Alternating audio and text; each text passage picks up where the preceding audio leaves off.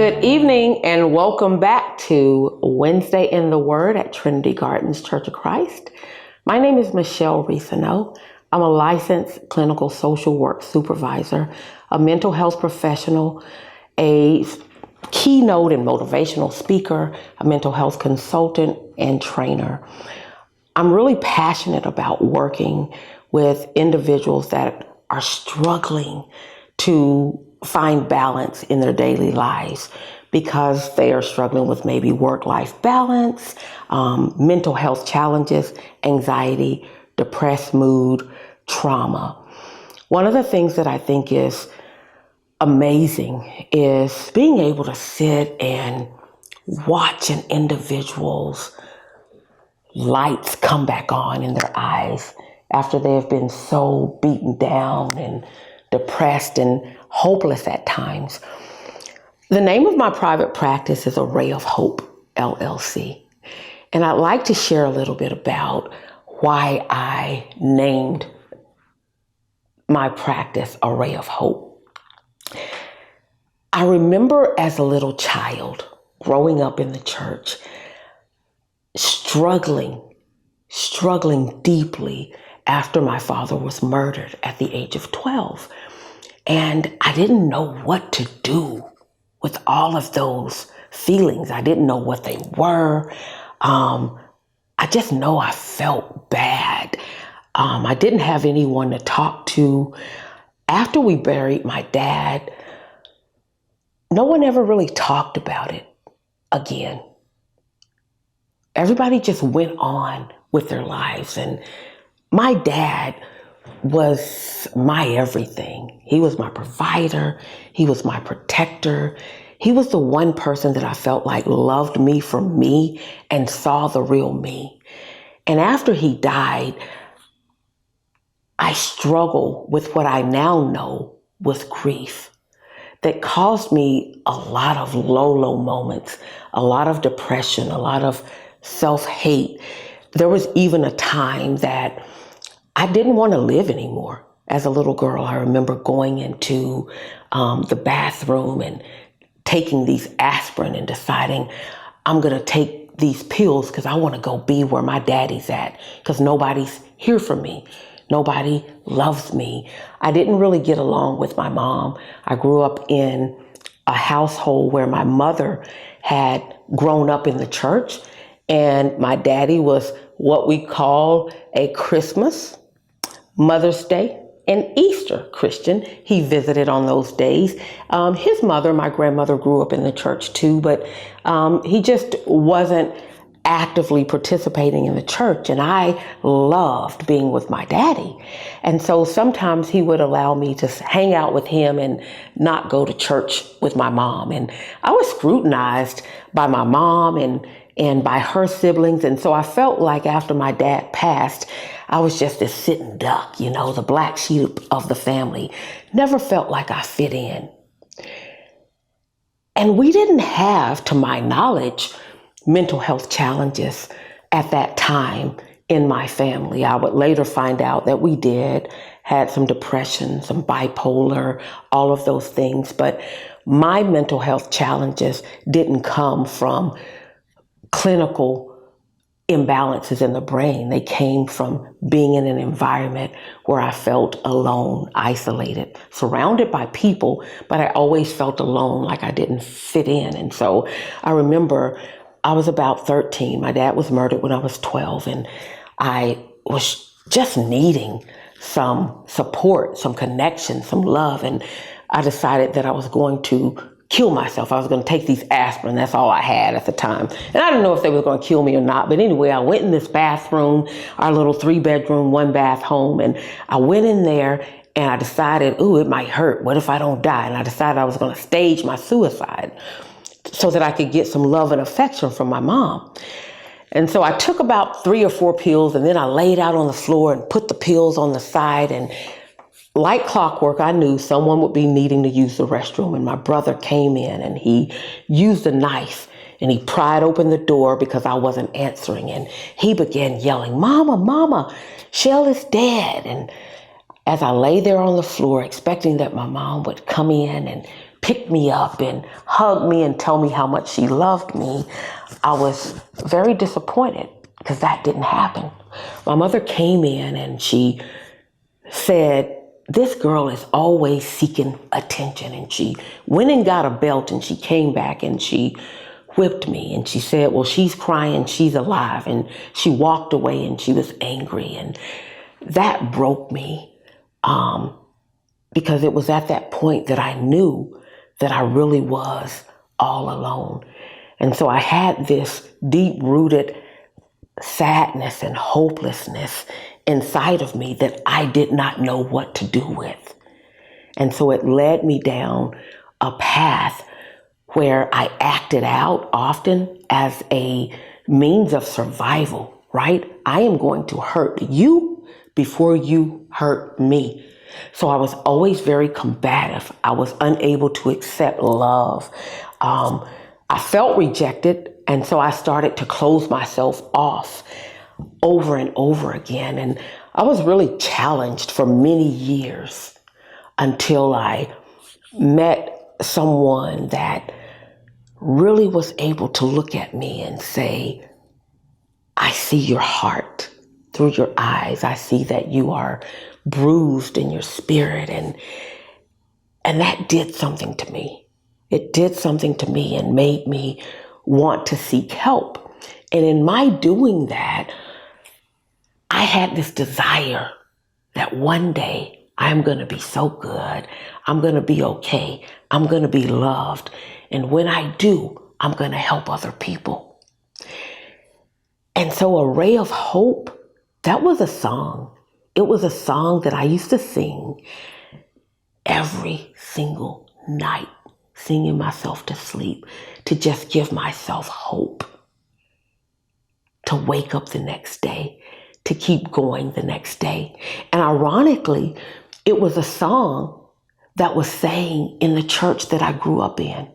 Although I struggled to believe in God as a little girl, because why would he take my daddy and leave me here with a mother who didn't love me, who would taunt me and tease me, it felt like, as she would shame me in front of all of the other sisters and brothers in the church, telling them just how bad I was. So it was hard for me to connect with other church members. Again, I was always alone. I didn't fit in anywhere. Many times I thought about maybe it's better for me not to be here. But there was something inside of me, something that I always knew that was worth fighting for. And I did. And God, now I know that God put that song in my spirit. Although I was not connected to the people, that song in my spirit helped me to keep hope alive, right? The words of the song, a ray of hope will shine, be from God's mercy kind. When darkness covers your world, a ray of hope unfurls. But the verse that stuck with me that I sung every night was, sometimes I feel so sad when all the trials I've had seemingly feed the pain, bringing God's love, answering rain. But when the sun won't shine, I try to keep in mind this thought to help me to grow. God sends a ray of hope. Sometimes all we need is a song in our hearts in order to make it through until we can get to a space where we find the professional help that we need. I am a therapist who has gone to therapy to help heal me from all of the trauma, all of the unresolved grief that had sent my life spiraling down a very dark road of rejection, dead-end jobs, unhealthy relationships, self-hate, using alcohol to numb my pain, always being anxious, looking behind my back, always feeling like someone was out to get me.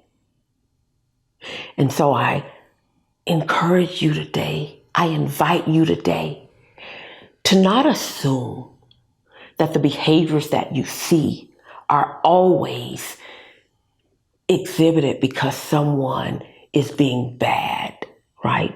Sometimes people are just hurting and they are unable to cope with the pain. Sometimes people use drugs and alcohol to try and numb that pain. Problem with that is that it's only temporary. You have to then use more and more drugs or more and more alcohol to try to numb the pain. And then the very pain that you were trying to run away from exacerbates. You create another generation of hurt, of pain, of shame, of abuse, of trauma. And so I'm sharing a portion of my story with you today because I'd like for you to self-reflect, look at your own self, look at your lives, and identify those areas where maybe you have suppressed some deep-rooted hurt. Maybe my story is grief, the murder of my father. Maybe yours is a story of molestation. Maybe yours is a story of physical abuse, verbal abuse, of not having enough food to eat. Maybe your story is a story of domestic violence, where you hide it very well, and you get dressed and you hide it and no one can see the pain inside. Maybe yours is depression and it's clinical and you've never struggled or suffered any abuse. You just don't know why you feel so sad all the time. Maybe yours is the anxiety and you just don't know why you feel like that all the time.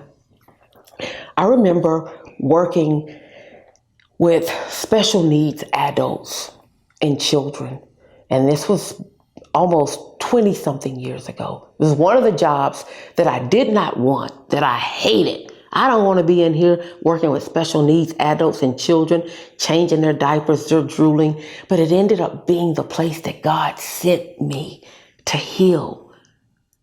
Looking at these people who couldn't even decide what they were going to eat, drink.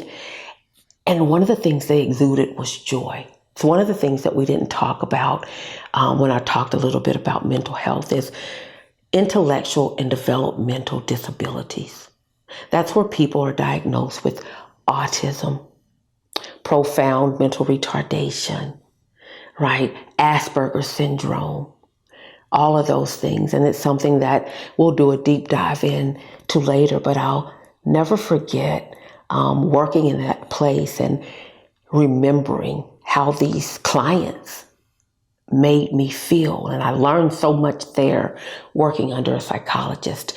But I remember distinctly having this one client who was special needs, but he was also dual diagnosed. He had schizophrenia. And schizophrenia will cause you to hallucinate, to see things that are not there, to hear things that are not there. So it's called, so hearing things that are not there is auditory hallucinations, right? Or you'll have visual hallucinations and you'll see things that are not there. And I remember starting at this job and there's 100 and something special needs adults and clients there. And I'm like, God, why did you put me in this place? And this young lady had schizophrenia. And every day she was being taken down, right? Restrained. Every single day, the staff was growing tired. She had bags around her eyes. She was just not doing well because she was always fighting people. Every day she was hitting, harming, fighting people. And I one day remember just stopping to ask her, what's happening? How can I help you? And she said, they keep stepping on my pumpkins in the pumpkin patch. But there were no pumpkins there, y'all, that I could see. And I asked this young lady, show me where the pumpkins are. And she got up out of her seat and she began to show me where the pumpkins were. And I took some masking tape and I put the masking tape on the floor and I set her chair inside her pumpkin patch where all the pumpkins were. And I asked all of the other clients, not to walk on her pumpkins. And for every day that they didn't walk on her pumpkins, they would get a gummy bear, a M&M, or a Skittle, right? Small reinforcement. And because of that small act, because of me paying attention and asking her what she needed, I couldn't fix it. I was no match for schizophrenia, but the compassion that I had for this young lady helped her to stop being restrained every day. Until one day she said, well, my pumpkin patch is gone. Why am I telling you this story, right? I'm telling you this story because even though mental health professionals are needed, right? Even though the therapists, the psychologists, the psychiatrists are needed to help people stabilize, there is nothing greater than having the compassion and the love of someone who really sees you, who sees you're struggling, and they don't jump to conclusions about why you are doing the things that you're doing. They simply ask how they can help. And if they don't know how to help, they go get someone that does. I started a tracking sheet, sharing daily what this young lady was experiencing, taking that to the psychologist, to the psychiatrist, so that they could help her better, so that they could see which medications were working and which ones were not working. So my invitation to you is open up your eyes. Be compassionate. Learn more about mental health so that we are not blaming people that can't help it. We're not blaming people that have bipolar or schizophrenia or depression or anxiety. We're not saying that they're just overreacting or they're just attention seeking or that they're just lazy or that they're just crazy. Avail yourself to learn the signs and symptoms of complicated grief so that at least at minimum, you know where to go get help at. Because the truth is, there are more individuals sitting on a pew next to someone that's struggling than there are mental health professionals. And so we need you. We need your eyes. We need your support. We need your compassion to help bring these people to those of us who are trained to work with those who are struggling mentally. We need not to exacerbate the signs and symptoms by mistreating people. And prayer is amazing. It's an amazing coping skill. It's one of the coping skills that I use every day. So what can we do if we are not mental health professionals? Sometimes we just need to listen. There are people, pay attention. Don't always assume. We always want to rule out medical and environmental factors before we give a mental health diagnosis. Sometimes those children in your Sunday school classes are struggling with abuse, unresolved grief. Sometimes that sister who's snappy is being mentally and emotionally abused at home. Sometimes that sister who's pulling away from her spouse is struggling with flashbacks of molestation. So my encouragement is to just be kind. And as time goes on, I would love to share more stories and more information about mental health and how we can join together as a church congregation, as family, society, communities, to support those who struggle with mental health illness without shame, without judgment, with the power of love. Because that's how Jesus Christ healed the earth. Take care of yourselves. Until next time, my name is Michelle Risano, licensed clinical social worker and a counselor here at the Trinity Gardens Church of Christ.